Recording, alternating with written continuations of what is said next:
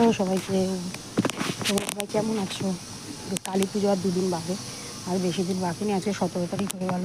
কালী পুজো আর 3 দিন মতো আছে। 14 শাক, 14 প্রদীপ, মোমবাতি সবই আছে।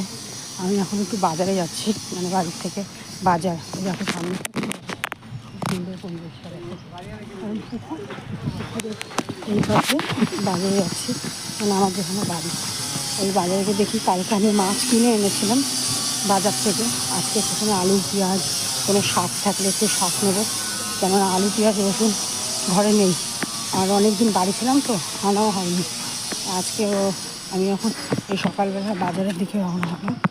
একটু আলু, পেঁয়াজ, রসুন নেবো, নিয়ে মাছ তো ঘরেই আছে, মাছের ঝোল করবো।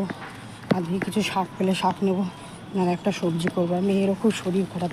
মেয়ের ওই শ্বশুরবাড়ির থেকে ঘুরে আসার পর থেকে মেয়ের খুব ঠান্ডা লেগেছে। কালকে ওকে ডাক্তার দেখিয়ে আসলাম। কালকে রাতে বিকেল সকালবেলা ডাক্তার দেখিয়েছিলাম। গিয়ে মেয়ে এখন আপাতত একটু ঠিক আছে। তো এখন বাজারে যাই।